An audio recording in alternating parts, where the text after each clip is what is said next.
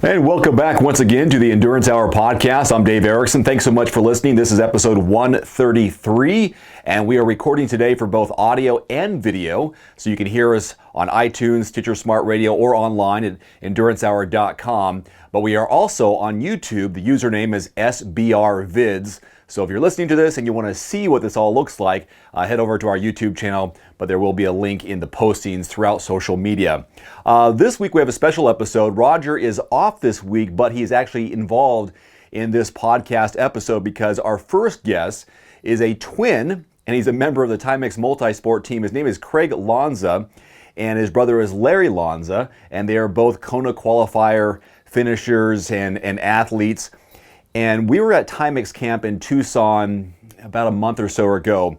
And Craig had been talking to me off and on about an episode that he had heard, episode 108, in which we had Roger's daughter, Emma, featured on the program talking about swimming and talking about balance in life and all the activities that she does on a regular basis. And Craig has a daughter as well, and he was so taken aback by how balanced Emma was in not only her delivery, but her maturity at the age of 10 or 11 during that interview. And really wanted to talk to Roger about the impact that interview had on him and also his daughter, and he shared it with his daughter. So we're going to start off with that as part of this episode of the podcast. It's only about 9 minutes long, but we had a sit down in between different seminars at camp in Tucson about a month ago. So we're going to start off with that one, and afterwards we're going to showcase my interview with Sister Madonna Buder. She lives here in Spokane, Washington, and we had her speak at our Trifusion Triathlon Club yesterday. We have monthly meetings, and sometimes we have guest speakers. Well, because of my relationship with Sister Madonna over the years, we've become friends. We've interviewed a number of times. She's actually been on the podcast a few times as well. And she went off today. I'm recording this on Thursday, April 16th. She is off and probably already on the ground in New Orleans, taking part in the Ironman 70.3 New Orleans race. And then the following week, she goes to Florida to do an Olympic distance race. She is the oldest woman to ever complete an Ironman distance. And then you'll hear in the interview here in about 15, 20 minutes that she became the oldest finisher at the Ironman distance in Canada in 2012. So we talk all about that, and I'll do a little bit of a lead up into that interview in just a moment, but that's our second guest today, and then I'll tell you about a preview of what's coming up on the next episode of the Endurance Hour podcast. But let's go ahead and kick things off first with Roger and me talking with Craig Lanza in Tucson, and then Craig talking about the impact that episode with Emma Thompson had on him and his daughter. First of all, thank you for having me on, and it's great talking to you. I'm a big fan. I listen to the podcast when I'm in the car back home in Wisconsin. But, you know, we all love sports. We love triathlon. You guys do a great job with your podcast. But, Roger, sometimes you hit home. You talk about your family. We had, you know, the nutrition, the diet that you have. But you have a daughter around the same age as my daughter. Your daughter's into swimming and sports. My daughter's into swimming, and I remember you interviewed her on that one podcast, and it was excellent because I said, this is the podcast I want my daughter to listen to.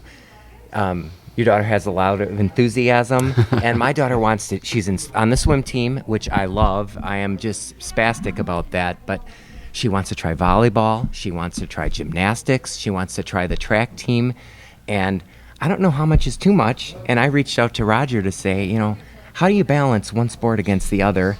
And when is pushing too hard with a child? What's your take on that? It's an awesome question, and I believe there's probably books written on it. But boy, I'll tell you, I think bottom line, first of all, every kid is different, you know, and truly they are.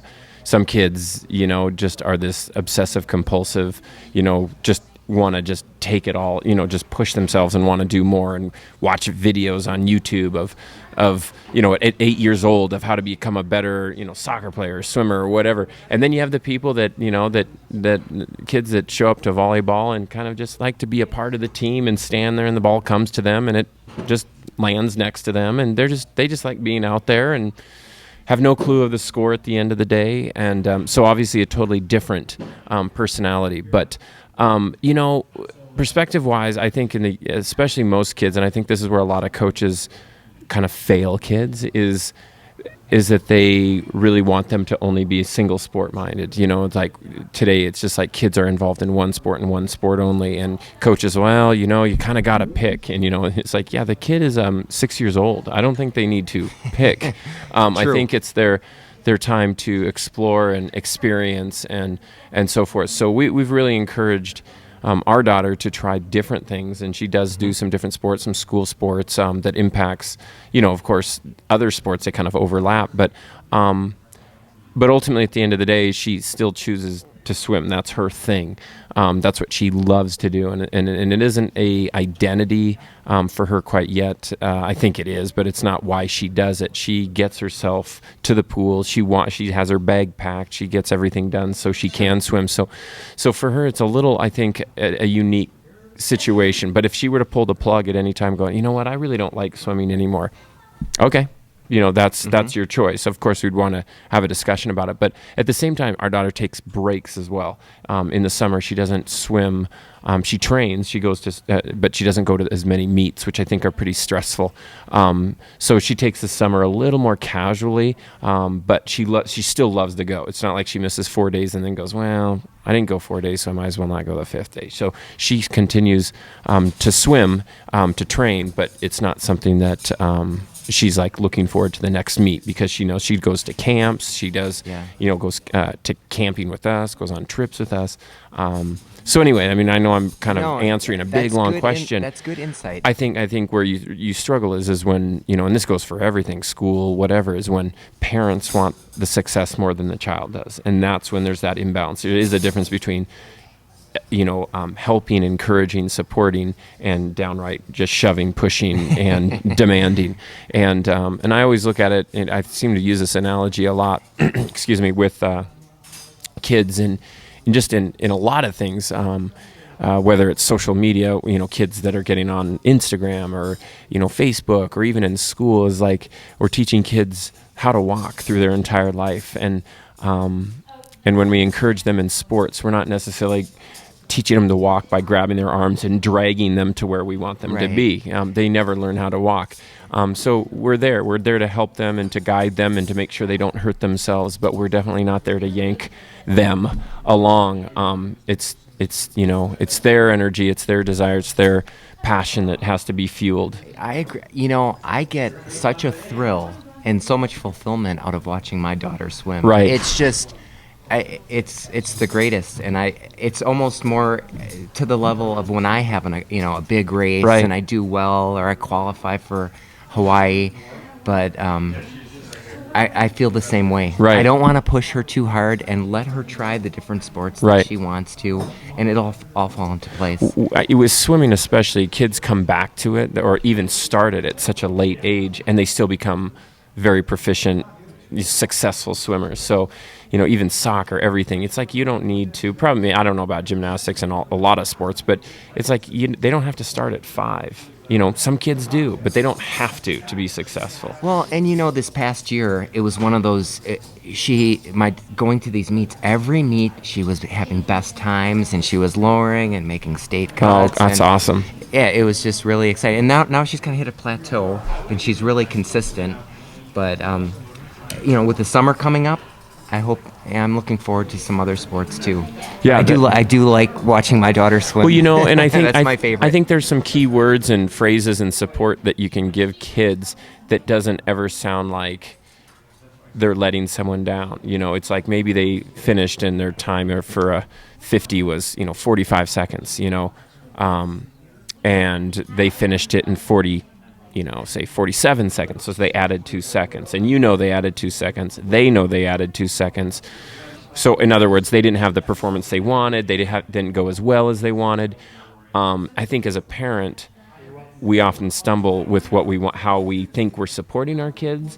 But ultimately, they know. And by just asking them, hey, how'd it go? I added 2 seconds. Well, how'd you feel?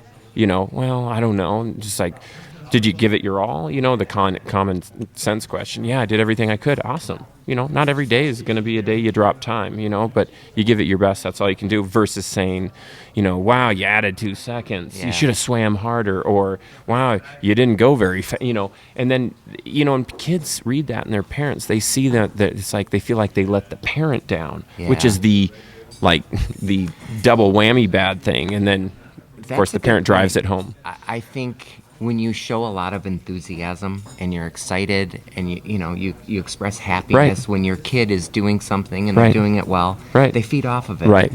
And there's a lesson to be learned there. Yeah, turn off the clock. Don't look at the clock. Watch them swim. Celebrate the fact that they're, the vulnerability, the courage and energy that it takes for a kid to get on those starting blocks in front of crowds and their peers, and it's, bathing suits. Most kids don't even walk around a beach in a bathing suit. They're all covered up. Is so amazing. And I look at all those kids, no matter what they do in just about any sport, just saying, wow, just being there and being out there and training, working hard, showing up, that's life skills. Yeah. Well, thank you for bringing these podcasts on. I think you guys have a lot of real life topics. Well, thanks. We're parents. Great job. Yeah, thank you. Well, thanks for sharing that. We'll have to get Emma back on, and she's actually swimming this weekend over at a regional championship. Fantastic. So, which I'm here hanging out, so I'm getting these updates of how things are going. Well, thank you again. Hey, thanks, Craig. Appreciate it. And still ahead in the coming weeks on the Endurance Hour podcast, we'll have a Timex rookie on the multisport team, James Burke. He's a rookie to the multisport team. He's actually somewhat of a rookie in the world of Ironman triathlon racing. Just a year and a half or so ago, he did his first Ironman in Wisconsin, qualified for Kona. He's only been in triathlon 2 or 3 years, I think it is. And then he went to Kona and finished, I think, top 40th or 42nd overall. And I think I talk about this in our interview in a few weeks. We'll post this one. But James was part of the Timex factory team. And when I was there covering the race in Kona, shooting video, and at the finish line, most of the pros had come across, of course, because James ended up being 40 or 42nd. And all of a sudden I see this red Timex kit that doesn't match the multisport team kit. And I was so surprised, going, who is this guy? And he comes in with flying colors, has an amazing time. I'm not sure if he broke 9 hours. Might bet 9:04. I'm not quite sure, but we'll get to that in a few weeks. But James Burke will be one of our future guests on the podcast. All right, coming up now is our interview with Sister Madonna Buder. This is about 40 minutes long. I introduced her in front of our triathlon club as our guest speaker, and after I introduce her and give you some of her notable results and statistics, although there are many, many to go over, I just did a glimpse of it. We start talking about the Boston Marathon, which is coming up, I believe, this weekend.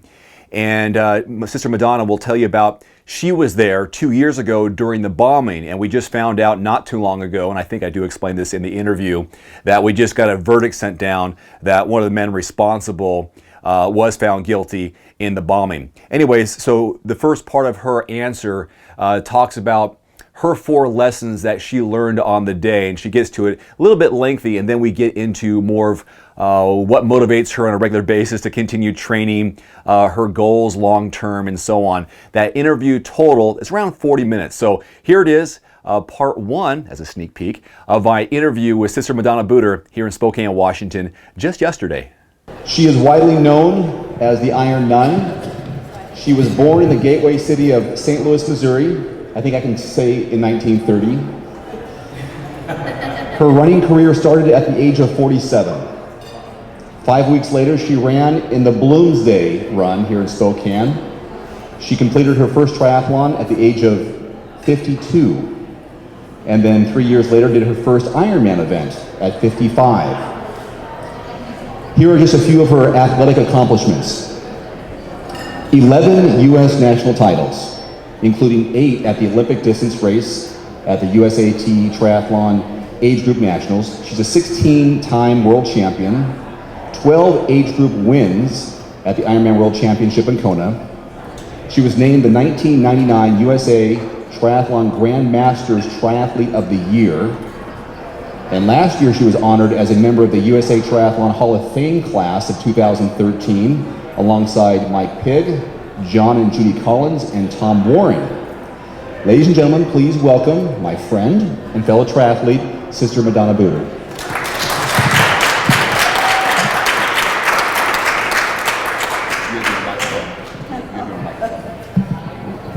Favorite love. First I of think he all, knows more about me than I do. we first met when I was working at KXLY in Spokane when you were promoting your book. Oh, yes. That's when we first met and had a beautiful picture with you, one of my best pictures. I could show it all the time. I want to talk about the Boston Marathon first, and then we'll kind of get to some of our questions, because you were in the race 2 years ago, and it wasn't that long ago we found out that one of the people responsible was found guilty in the bombing. So somewhat there's some closure to that. You were in the race 2 years ago. What does that mean, knowing that there's some justice here? You know, I guess I have to start from the beginning. This was going to be my 8th, I think, Boston Marathon, or 6th anyway. And before I left, I just had a funny feeling, because I wasn't being situated very easily, because it's an out and back. And so finally, a friend of mine met a couple, or knew a couple that was willing to take in the stray out in Hopkinton where the race starts. So the 2 days before, I was with another couple even further away, and the husband was out of town, and she and I went to the Saturday Vigil Mass, and they were talking about a breakfast the next morning. And so when he came back that evening, I said, "What would you like to do for breakfast tomorrow? I would like to treat you as my host and hostess." And they said, oh, and I told them about the pancake breakfast at the church, and they thought that would be a good idea. And we decided to go in the middle of the first early Mass, so there wouldn't be a crowd. And so when we went there were only about 5 people, and it didn't take them long to find out that I was there going to do the Boston Marathon. So one gentleman came up and introduced himself and said, "I'm going to be patrolling." He's a policeman at mile 21. "Here's my card in case you need it." And I thought, well, I don't need it, but I accepted it and put it in my pocket. And then when I got to the couple's house where the race starts in Hopkinton, the morning of, the athletes' village is so far, at least a mile and a half, where they're bussed in to get to the starting line, but her house was right near the starting line, a couple of blocks. And I did not want to go a mile and a half to put my bags and everything in the bus, and then come another mile and a half back. So I said, and she was rather young and spry looking, I said, "Would you mind taking my bag and putting it in the bus? And you look for the numbers on the bus, the race numbers." And something told me, "But tell her the number of the bus as well." Each bus had its own number. I don't know what made me say that, but I did. I said, "You'll know which bus by the race numbers to put my bag into, but also notice the number of the bus." So then the race started. It was a chilly moment in the start early, and these pros were running up and down in their skimpy singlets. I said, "How do they stand this?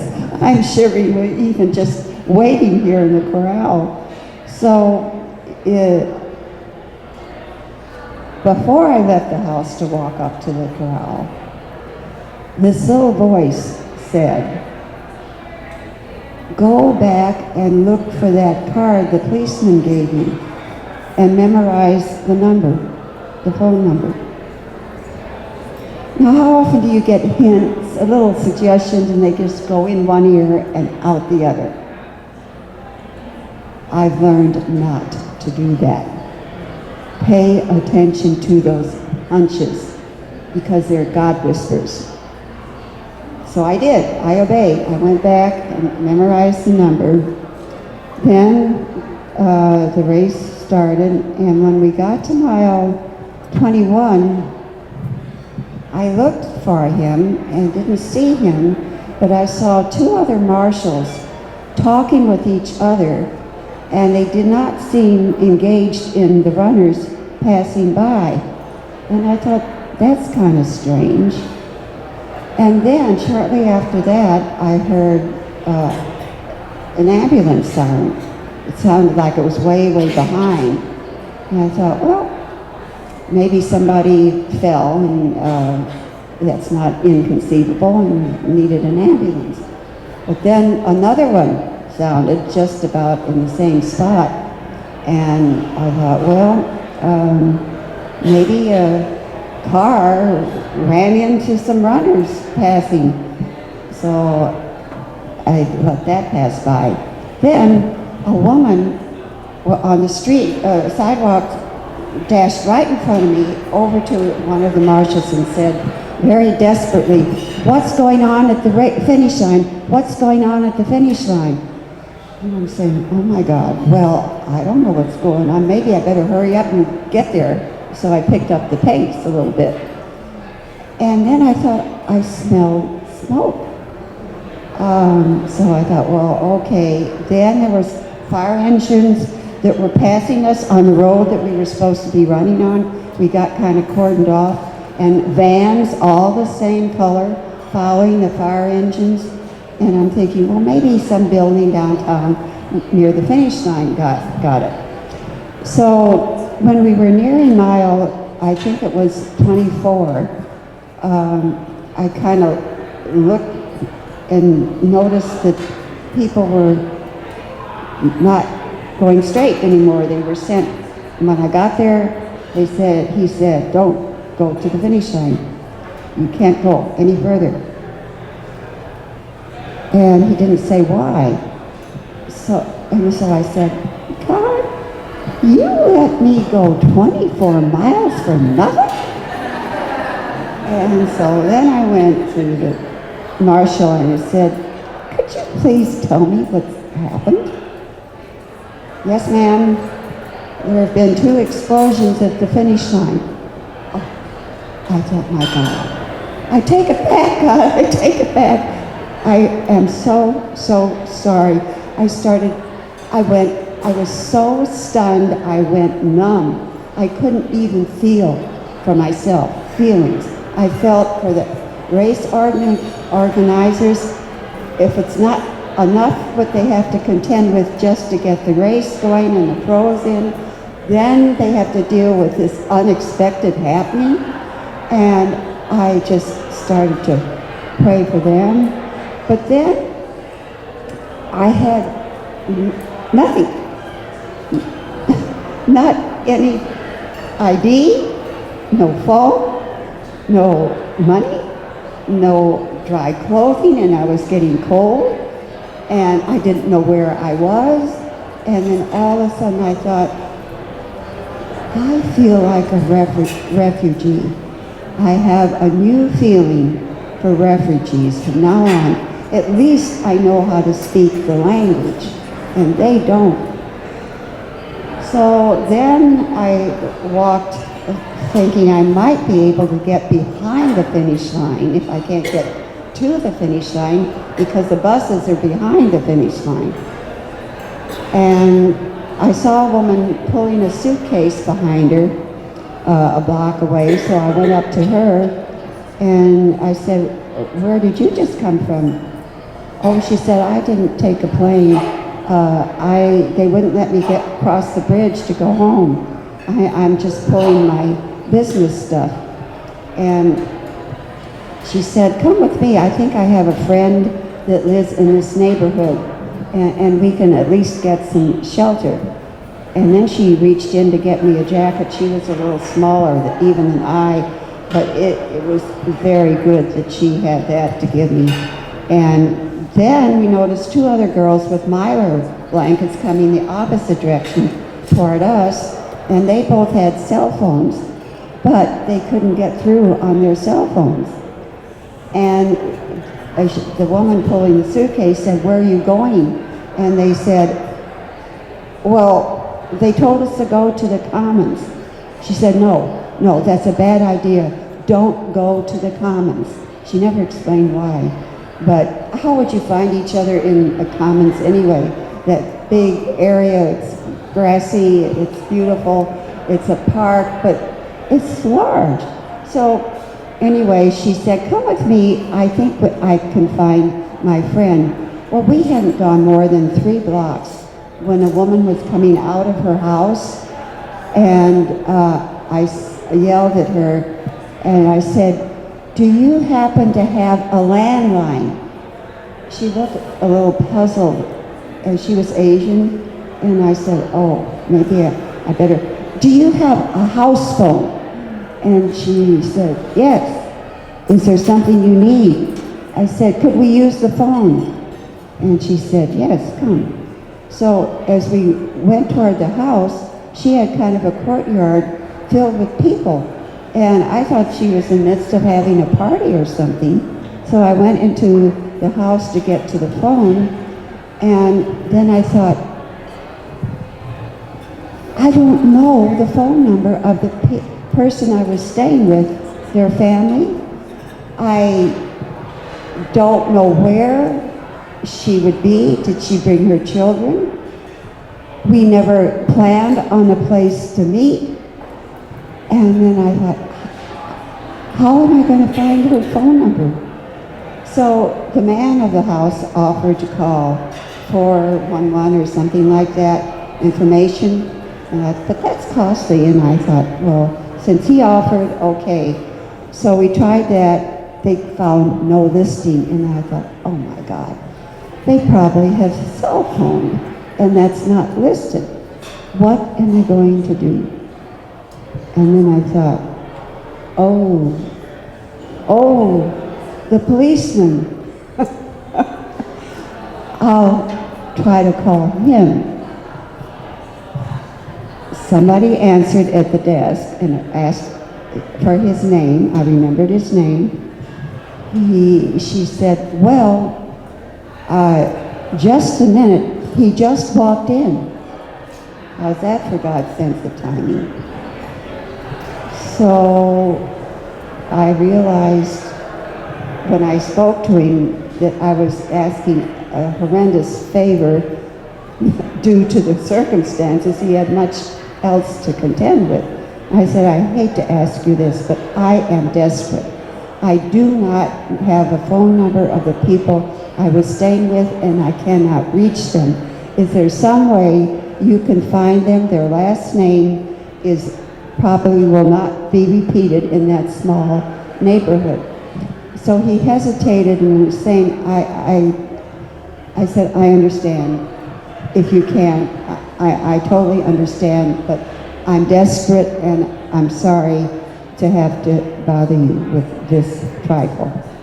So I never knew whether he was able to contact him or not, but I gave him the phone number of the women, the people I was staying with, to pass on to them.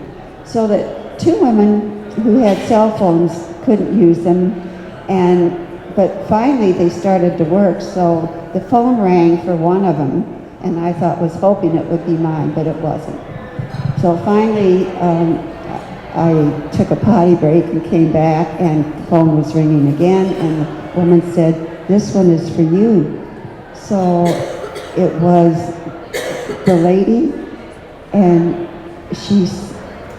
I said, where are you? She said, I'm at your bus. I thought, thank you, Lord. said, could you get my clothing from the bus, please? She said, well, they don't hand them to anybody but the owners. I said, yes, but please let her know that I need them, I'm very cold, and that I'm staying with you. Maybe she'll give it to you. Which she did, but she said I had to take a roundabout way to get to the buses, and I thought that was a capital idea. To this day, I don't know if she knew what had happened when she left the house to come meet me. I still don't know. There's so many questions. And I wanted to come back the next year out of solidarity, and they would have permitted that. This race committee was amazing.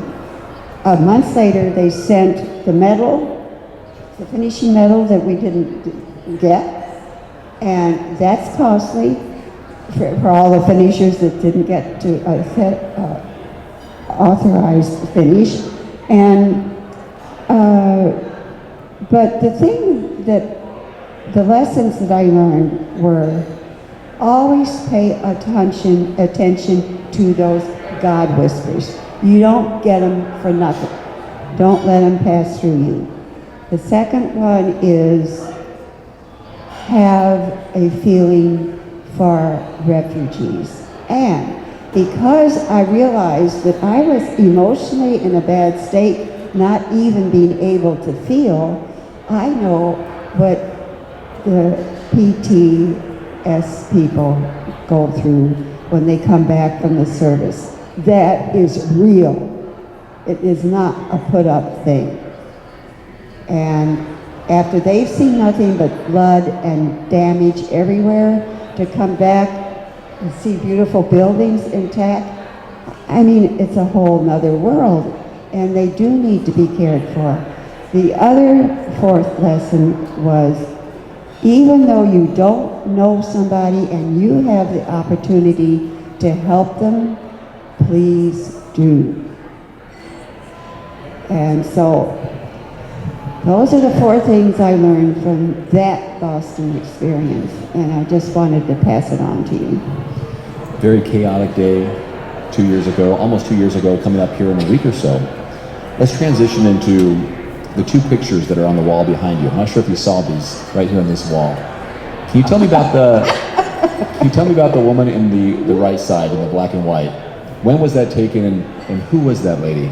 Well, I entered the convent when I was 23, but I didn't you go through the postulancy, which is 6 months, and then the novitiate for 2 years, and then you get your first profession when they give you the black veil.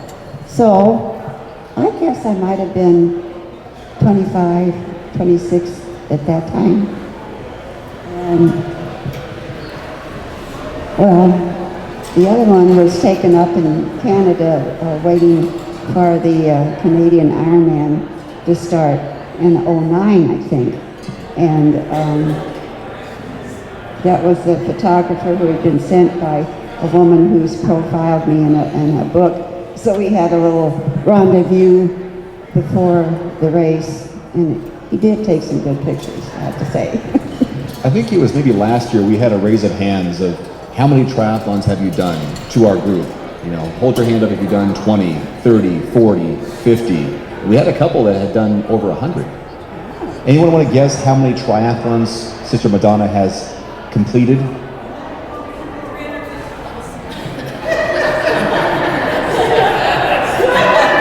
Of course, the principal uses the cheat sheet. Well, it's well over 360 now. That's a couple of years old. But, and there have been at least 45 Ironmen mixed in with those. So, what compels or motivates a woman of 52 to do her first triathlon?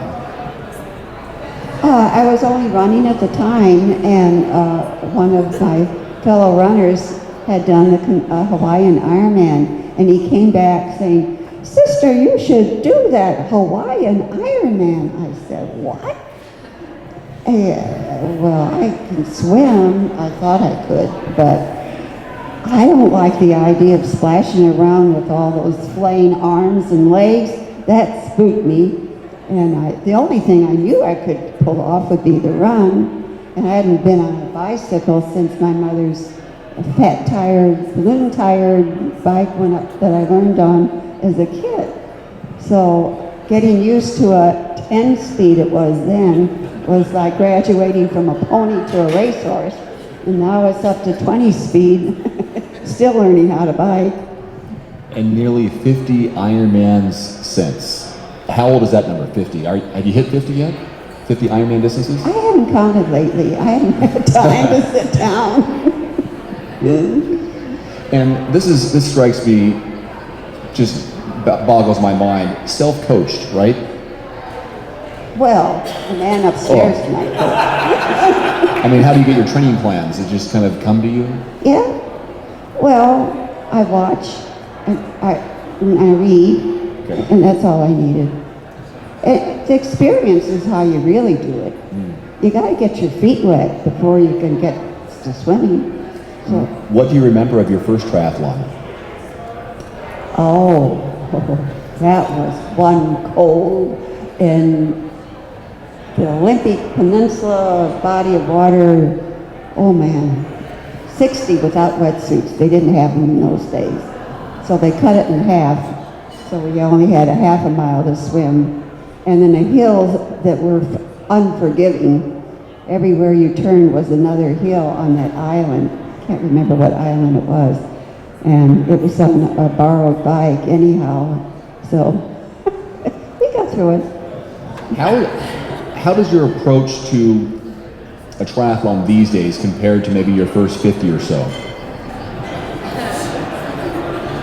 Well, I don't even call it racing anymore. I have finally had to come to the conclusion that you're only going through the paces.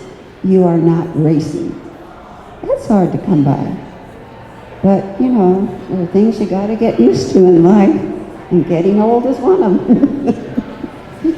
Have you felt, when you get out there, this competitive spirit that you're trying to compete?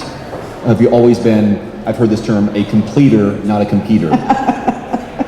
Well, the person in front of me is the carrot on the string. Regardless of their That's age. right. Oh yeah, this is funny to get passed by youngsters, and you know your age's on the back of it, and on your calf, and they'll walk past me. I want to do what you're doing when I grow up. And I'm saying, well, don't ever grow up. It's more fun being a kid. So, speaking of, completing, what keeps you in the sport? Well, since I don't have any competitors anymore, that's gone. It is relationships. You triathletes are my extended family. And I mean that wholeheartedly. When we talked, I looked at our interview recently from TV, from ABC, KXOY, not too long, and I asked you the question about what keeps you going, and your response back then was, the athletes keep you going. They're the ones forcing you to stay in the sport in a way. Their encouragement says you have to keep going. They won't let you quit. You still find that? The public won't let me quit. Do you wish they would say, okay, Sister Madonna, we're okay now. You can stop if you want.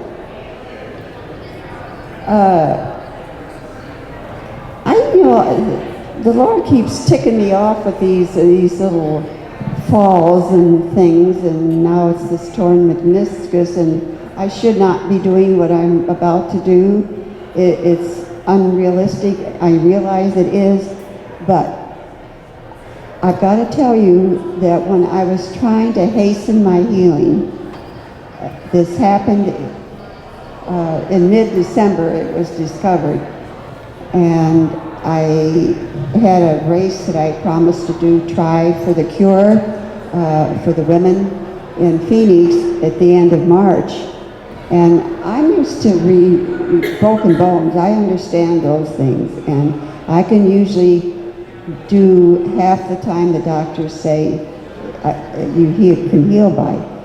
But I didn't know anything about this torn meniscus business, so that was a little different. So I found myself saying, God, help me do my best, and you do the rest. And now I realize that's how I do my training, which is practically zilch. I'll do my best, but you do the rest. And that can apply to any facet of our lives, whether it's racing, whether it's business, whether it's rearing a family, when it's with an ornery kid, it carries. So just remember, even the guys in jail love it. God, help me do my best, and you do the rest. Now that's how I train. And how often are you doing your best? Oh, I think that's long gone. So I've heard you say that maybe on Sundays you're running to church, so you make it there on time, then you run home. But you mean you are running to church physically, right? If I can. I mean, I don't even call what I do now running anymore. It's an awkward kind of shuffling, but it gets me there. But if it's inclement, it's been very hard to train because of the weather. It's been hard to train not to injure or re-injure what is already trying to heal, and it's hard also trying to work in social and my religious obligations. So I just know I'm not trained for this at all. But we may not even have one. By the time I get there, the New Orleans has had nothing but 5 days and promises 5 days, even clear into Sunday of thunderstorms. So might the whole thing be canceled? Sister Madonna is getting up tomorrow at 4 to go to New Orleans to do the 70.3 this weekend. And after that, in Florida for Olympic distance, but the weather in Florida is not supposed to be any better either. So I'm talking to God about it. On the way over, we talked about diet. And what's that? Tell people what you do, what you eat to stay fit.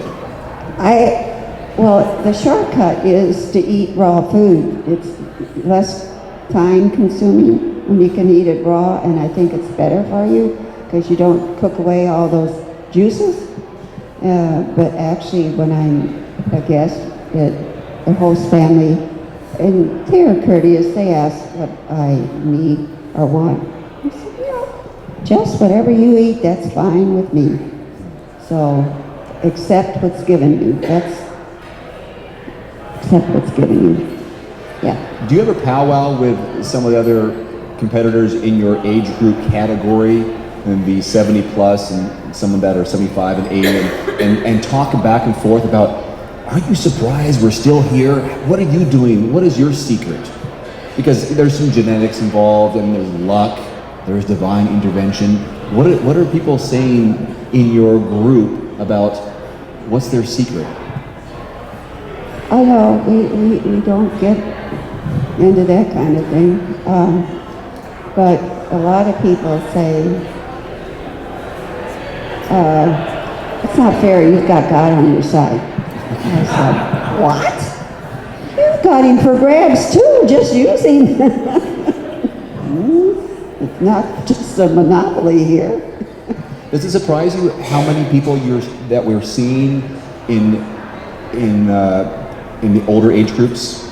I guess it's just it's waves. People who are in it stay in it. Unfortunately, not everyone's in your age group anymore, but you're opening up age groups. Yeah. Well, somebody's got to. Mm-hmm. And I will be the oldest person in this Ironman in May in Texas. Which is 5 weeks or so away, Ironman Texas, with all your training. Yeah. Sister Madonna is the oldest woman to finish an Ironman in Canada in 2012. Mm-hmm. And I find this At 76, in 2006, in Kona, you became, again at the time, the oldest woman ever to complete the race. And your time, 16:59:03. Do you recall the last few minutes of that race, or the last mile in Kona, to make it underneath those 17-hour timeline? And maybe you heard Mike Riley's voice. Oh, that's another book in itself. Yeah. That was the year that the hurricane hit the island, and this was the week after it happened. They were actually supposed to have had the Ironman that exact week, but the Love Boat got preference over the Ironman, and their nose was out of joint. So they moved it back another week. It's a good thing. But the dishes were still rattling in the cupboard when I got there 4 days later. And so there was no reason why I should have been able to finish that, except I had a nephew that had died exactly a month prior to that. And the coroner, the person did not know we didn't have any closure of him yet. And I just wanted to know that he was at peace and in the right place. And so with a mile and a half, it was mile 25 on the run, there's a long downhill, and the people who had been following me and encouraging me, there was the husband, wife, and two locals, said, now when you get to the bottom of the hill, don't stop running. And I'm saying, wait a minute, how do they know I always do that? These guys aren't just ordinary guys. They had coached me along the way for 6 miles, telling me when to run, when I could walk, and then when I got to the bottom of the hill, I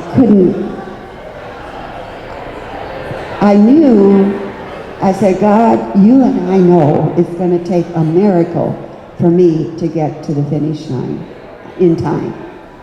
And right after that, I said, now, if I do, I will know for sure that my nephew is in the right place and at peace.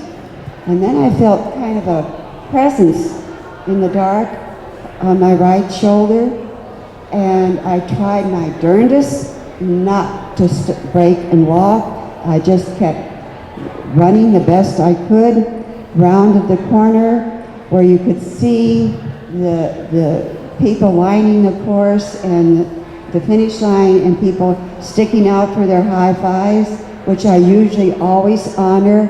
But this little voice, this God whisper said, don't you dare touch those hands, because it will make you fall back a bit, and you can't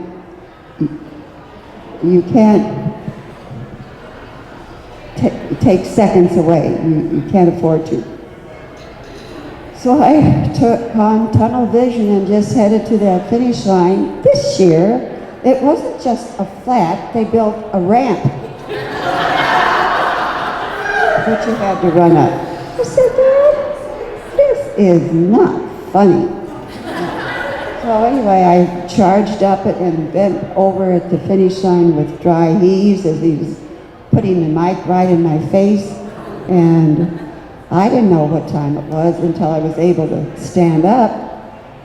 And there it was on the 16 hours, 59 minutes, and 3 seconds. So I think, of course, it's a miracle. I said it's a miracle. I told the crowd, because he thrust the mic in my hand, and he was so excited, he was jumping up and down. Yeah, he's in the right place. He's in the right place. Yeah.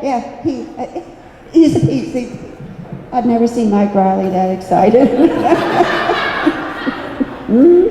Yeah, that's a memorable one. That one is for sure. Most memorable? Yeah. Or was Ironman Canada 2012 more memorable? each one is different in their own way, and even though you go back to the same territory, it's not the same race because of circumstances, conditions, and the people you meet. I had a question that was emailed, I think it's on Facebook. This is from Kristen Hirschman. She goes, I'm training for my first Ironman at the age of 50. Any advice? Just keep on keeping on. She's doing pretty good. But 50's nothing anymore. No, it's not, is It's it? very competitive. Now, you were telling me that you have opened how many age groups? Oh, I think at least, I know at least 5. I think I was, well, maybe it's 6 now, I don't know. At the Ironman in I Kona, started or- with the 60, and then each one after that I opened. So you're the first woman to finish an Ironman at the age of 60, and then 65, and 70, Yeah. 75. Yeah, you do the math. Yeah. and your goal is to open up 85, and then you're good. I'm done. At the distance. At the distance. Yes. At the distance. Yeah. Now, you opened up the 75 in Canada, so it doesn't matter if it's a regional race versus a world championship. You're okay with that? Because Kona is the Super Bowl of opening up age groups. So let's say at Texas, because you're considered 85 and above this year. Yeah, I'm the oldest one in Texas. So if I get through that, I will be the oldest person, not just the oldest female, at least until Kona, because Lou Hollander, in 2012, when I did it in Canada. that was 6 weeks before Kona. So I was the oldest person 6 weeks, and then Lou Hollander finished the race, and I didn't, and so he's been the oldest so far. But May comes before October, so if I get through, I might still be the oldest person. I thought it was funny, we talked about training partners on the way over here, and you said you used to train with people 20 years younger than you, but they've all quit the sport, and you're still going. Yeah, I don't have grandchildren to take care of, and second parenting. Their time is consumed by being parents for a second time around. So many kids these days growing up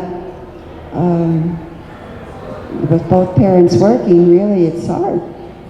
So you can't just get out there and do everything you want to do when you want to.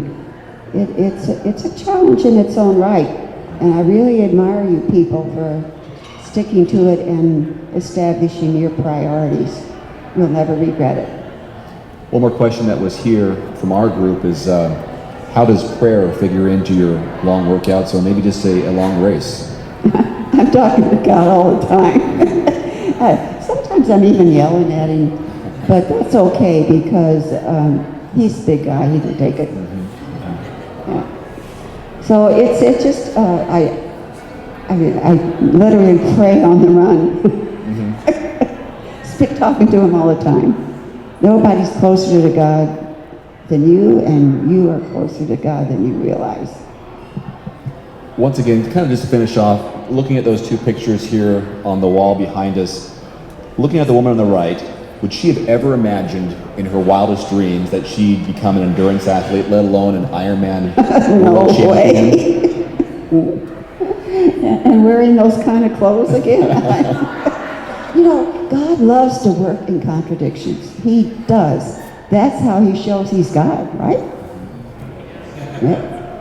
You want to do a final group chant before Yeah, we you go? want to do that, stand up and prance to God, help me do my best, and you do the rest all together. We'll do it 3 times Maybe this will help around. them throughout their long races. Yes.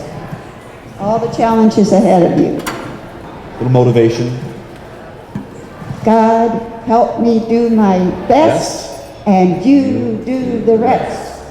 God, help me do my best, and you do the rest. One more. God, help me do my best, and you do the rest.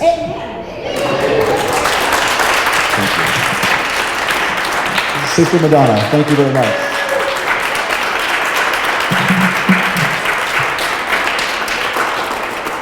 I think the first time I ever said Sister Madonna's last name, I'd never heard of her before. And can you guess what this rookie news anchor said? I said butter. And I believe I was working in St. Louis at the time. Is it Lou? Is he from St. Louis as well? Or there's another gentleman who's an older Ironman in St. Louis. He's a doctor, right? Ed Wolfgang or Wolfgram? That's right. There was another Ironman that I met in St. Louis, and this is between 1999 and 2002. And I had done only a few triathlons. My first triathlon was in 1998. It was a sprint triathlon, indoor triathlon in Fayetteville, Arkansas, 1998, April 18th. I still have the clippings because I did the race twice.